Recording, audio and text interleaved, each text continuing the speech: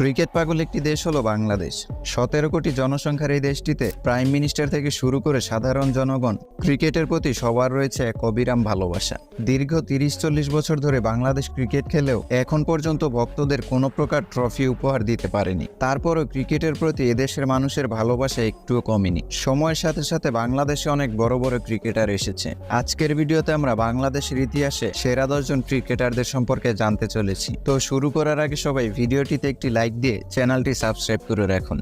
10 নম্বরে রয়েছে খালেদ মাসুদ পাইলট। তিনি ছিলেন বাংলাদেশের একজন wicket keeper batsman. Khaled Masud pilot 1976 সালে রাজশাহীতে জন্মগ্রহণ করেছিলেন।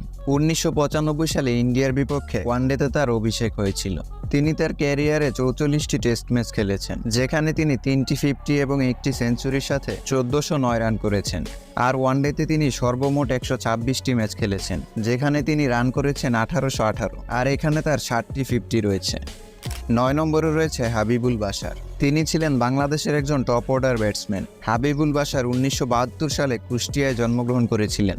জাতীয় দলে 1995 সালে শ্রীলঙ্কার বিপক্ষে তার অভিষেক হয়েছিল। হাবিবুল বাশার তার ক্যারিয়ারে 50টি টেস্ট ম্যাচ খেলেছেন, আর এখানে তিনি 14টি 50 এবং 3টি সেঞ্চুরির সাথে 3026 রান করেছেন। আর ওয়ানডেতে তিনি 111টি ম্যাচ খেলে 2168 রান করেছেন, যেখানে তার 14টি 50 রয়েছে। এরপর 8 নম্বরে রয়েছে মোহাম্মদ রফিক। তিনি ছিলেন বাংলাদেশের একজন অলরাউন্ডার। 1970 সালে তিনি ঢাকায় জন্মগ্রহণ করেছিলেন। মোহাম্মদ রফিক তার ক্যারিয়ারে 33টি টেস্ট ম্যাচ খেলে 1059 রান করেছেন, যেখানে তার 4টি 50 এবং 1টি সেঞ্চুরি রয়েছে। আর ওয়ানডেতে তিনি 125টি ম্যাচ খেলে 1191 রান করেছেন। আর তার বোলিং ক্যারিয়ারের কথা বললে তিনি টেস্টে 100 উইকেট এবং ওয়ানডেতে 125 উইকেট শিকার করেছেন। 7 নম্বরে রয়েছে মোহাম্মদ আশরাফুল। বাংলাদেশ ক্রিকেটের এক নিভে যাওয়া নক্ষত্র, যার খেলা দেখে পুরো বিশ্ব বাংলাদেশকে চিনতে শুরু করেছিল। তার মতো কোয়ালিটিফুল ব্যাটসম্যান বাংলাদেশ আদৌ পাবে কিনা সন্দেহ, তবে নিজের ভুলের কারণেই তার ক্যারিয়ার ধ্বংস হয়েছিল। মোহাম্মদ আশরাফুল 1984 সালে ব্রাহ্মণবাড়িয়াতে জন্মগ্রহণ করেছিলেন। 2001 সালে জিম্বাবুয়ের বিপক্ষে ওয়ানডেতে তার ডেবিউ হয়েছিল। আশরাফুল তার ক্যারিয়ারে 61টি টেস্ট ম্যাচ খেলেছে, যেখানে সে 2737 রান করেছে। আর টেস্টে তার 8টি 50 এবং 6টি সেঞ্চুরি রয়েছে। এরপর ওয়ানডেতে তিনি সর্বমোট 177টি ম্যাচ খেলে 3468 রান করেছে। আর এখানে তার 20টি 50 এবং 3টি সেঞ্চুরি রয়েছে। আর টি-20তে তিনি 23টি ম্যাচ খেলে 450 রান করেছেন।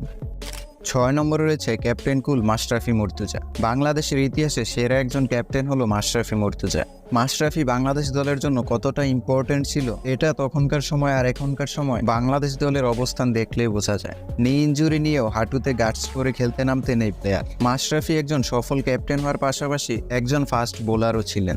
মাশরাফি মুর্তজা 1993 সালে নড়াইলে জন্মগ্রহণ করেছিলেন। 2001 সালে জিম্বাবুয়ের বিপক্ষে টেস্টে তার ডেবিউ হয়েছিল। মাশরাফি তার ক্যারিয়ারে মাত্র 36টি টেস্ট ম্যাচ খেলেছে। নি ইনজুরির কারণে টেস্ট থেকে সে অবসর নিয়েছিল। আর টেস্টে মাশরাফি মোট 78টি উইকেট পেয়েছে। ওয়ানডে ক্যারিয়ারের কথা বললে ওয়ানডে ক্যারিয়ারে মাশরাফি 220টি ম্যাচ খেলে 270টি উইকেট শিকার করেছে। আর তার বেস্ট বোলিং ফিগার হলো 26 রানে 6 উইকেট। টি-20-র কথা বললে টি-20তে মাশরাফি 54 ম্যাচে 42টি উইকেট পেয়েছে। আর টি-20তে তার বেস্ট স্পেল হলো 19 রানে 4 উইকেট। 5 নম্বরে রয়েছে বাংলাদেশের সাইলেন্ট কিলার মাহমুদুল্লাহ রিয়াদ। বাংলাদেশের অন্যতম একজন সেরা মিডল অর্ডার এবং ফিনিশার ব্যাটসম্যান হলেন মাহমুদুল্লাহ রিয়াদ। 2015 বিশ্বকাপে ব্যাক টু ব্যাক সেঞ্চুরি করে পুরো বিশ্বকে তাক লাগিয়ে দিয়েছিল এই প্লেয়ার। মাহমুদুল্লাহ রিয়াদ 1986 সালে ময়মনসিংহে জন্মগ্রহণ করেছিলেন। 2007 সালে শ্রীলঙ্কার বিপক্ষে ওয়ানডেতে তার অভিষেক হয়েছিল। মাহমুদুল্লাহ রিয়াদ তার ক্যারিয়ারে 50টি টেস্ট ম্যাচ খেলেছে, যেখানে সে 16টি 50 এবং 5টি সেঞ্চুরির সাথে 2914 রান করেছে। আর ওয়ানডেতে সে 232টি ম্যাচ খেলে 5386 রান করেছে। এখানে তার 28টি 50 এবং 4টি সেঞ্চুরি রয়েছে। আর টি-20 ফরম্যাটের কথা বললে টি-20তে মাহমুদুল্লাহ রিয়াদ 131টি ম্যাচ খেলেছে, যেখানে সে রান করেছে 2299 রান। তো 3 ফরম্যাট মিলিয়ে মাহমুদুল্লাহ রিয়াদ সর্বমোট 10,599 রান করেছে। 4 নম্বরে রয়েছে মিস্টার ডিপেন্ডেবল মুশফিকুর রহিম, যার ধারাবাহিক পারফরমেন্স এনে দিয়েছিল অবিশ্বাস্য সব জয়। মুশফিকুর রহিম 1987 সালে বগুড়ায় জন্মগ্রহণ করেছে। আর 2005 সালে ইংল্যান্ডের বিপক্ষে টেস্ট ম্যাচে তার অভিষেক হয়েছিল। মুশফিকুর রহিম এখন পর্যন্ত 88টি টেস্ট ম্যাচ খেলেছে, যেখানে তার 5676 রানের পাশাপাশি 27টি 50, 10টি সেঞ্চুরি এবং একটি ডাবল সেঞ্চুরি রয়েছে। আর তিনিই হলেন বাংলাদেশের একমাত্র ক্রিকেটার যে সর্বপ্রথম ডাবল সেঞ্চুরি করেছে। এছাড়াও মুশফিকুর রহিম ওয়ানডেতে 271টি ম্যাচ খেলেছে, আর এখানে সে 49টি 50 এবং 9টি সেঞ্চুরির সাথে 7792 রান করেছে। আর টি-20তে মুশফিকুর রহিম 102টি ম্যাচ খেলে 2500 রান করেছে। তো 3 ফরম্যাট মিলিয়ে মুশফিকুর রহিম সর্বমোট 15968 রান করেছে। 3 নম্বরে রয়েছে কাটার মাস্টার মুস্তাফিজুর রহমান। তার অবিশ্বাস্য সব স্লোয়ার বোলিং এবং কাটারের জন্য বিশ্বব্যাপী সে পরিচিত। মুস্তাফিজুর রহমান 1995 সালে সাতক্ষীরায় জন্মগ্রহণ করেছে।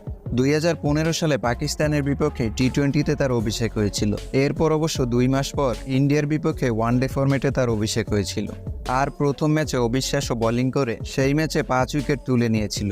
তারপর থেকে পুরো বিশ্ব মুস্তাফিজকে চিনতে শুরু করে। মুস্তাফিজুর রহমান এখন পর্যন্ত তার ক্যারিয়ারে 104টি ওয়ানডে ম্যাচ খেলেছে, যেখানে সে 164টি উইকেট শিকার করেছে। আর ওয়ানডেতে তার বেস্ট বোলিং ফিগার হলো 43 রানে 6 উইকেট। আর টি-20-র কথা বললে টি-20তে সে মোট 96টি ম্যাচ খেলে 120টি উইকেট শিকার করেছে। আর তার বেস্ট বোলিং স্পেল হলো 10 রানে 6 উইকেট। এছাড়াও মুস্তাফিজুর রহমান আইপিএল ক্যারিয়ারে 67 ম্যাচ খেলে 61টি উইকেট পেয়েছে, যেখানে তার বেস্ট বোলিং ফিগার হলো 29 রানে 4 উইকেট। আর মুস্তাফিজুর রহমান হলো একমাত্র বাংলাদেশি প্লেয়ার যে কিনা আইপিএলে পার্পেল ক্যাপ জিতেছে। 2 নম্বরে রয়েছে তামিম ইকবাল। বাংলাদেশের ইতিহাসে সেরা একজন ওপেনার হলো তামিম ইকবাল, যার বিকল্প এখন পর্যন্ত বাংলাদেশ ক্রিকেট বোর্ড খুঁজে পায়নি। তামিম ইকবাল 19 সালে 70টি টেস্ট ম্যাচ খেলেছে, যেখানে সে সর্বমোট 5134 রান করেছে। আর টেস্টে তার 31টি 50 এবং 10টি সেঞ্চুরি রয়েছে। ওয়ানডে ফরম্যাটে তামিম ইকবাল 243টি ম্যাচ খেলে 8357 রান করেছে। আর টি-20-র কথা বললে টি-20তে তামিম ইকবাল 78টি ম্যাচ খেলে 1754 রান করেছে। আর এখানে তার 60টি 50 এবং একটি সেঞ্চুরি রয়েছে। আর 3 ফরম্যাট মিলিয়ে তামিম ইকবাল সর্বমোট 15245 রান করেছে। 1 নম্বরে রয়েছে বিশ্বসেরা অলরাউন্ডার সাকিব আল হাসান। ক্রিকেটের ইতিহাসে সর্বকালের সেরা অলরাউন্ডার হলো সাকিব আল হাসান, যার ব্যাটিং এবং বোলিং পারফরমেন্সের কারণে পুরো বিশ্ব তাকে চিনে থাকে। তো অনেকে বলতে পারেন সাকিব আল হাসান এখন আর বিশ্বের নাম্বার 1 অলরাউন্ডার নেই। আসলে একটা মানুষ সারা জীবন তার পজিশন ধরে রাখতে পারবে না, এটাই স্বাভাবিক। তবে দেশের জন্য সাকিব আল হাসান যা করেছে তা কখনোই ভোলার নয়। সাকিব আল হাসান 1987 সালে মাগুরায় জন্মগ্রহণ করেছে। আর 2006 সালে জিম্বাবুয়ের বিপক্ষে ওয়ানডেতে তার ডেবিউ হয়েছিল। সাকিব আল হাসান এখন পর্যন্ত তার ক্যারিয়ারে 67টি টেস্ট ম্যাচ খেলেছে, যেখানে সে 4505 রান করেছে।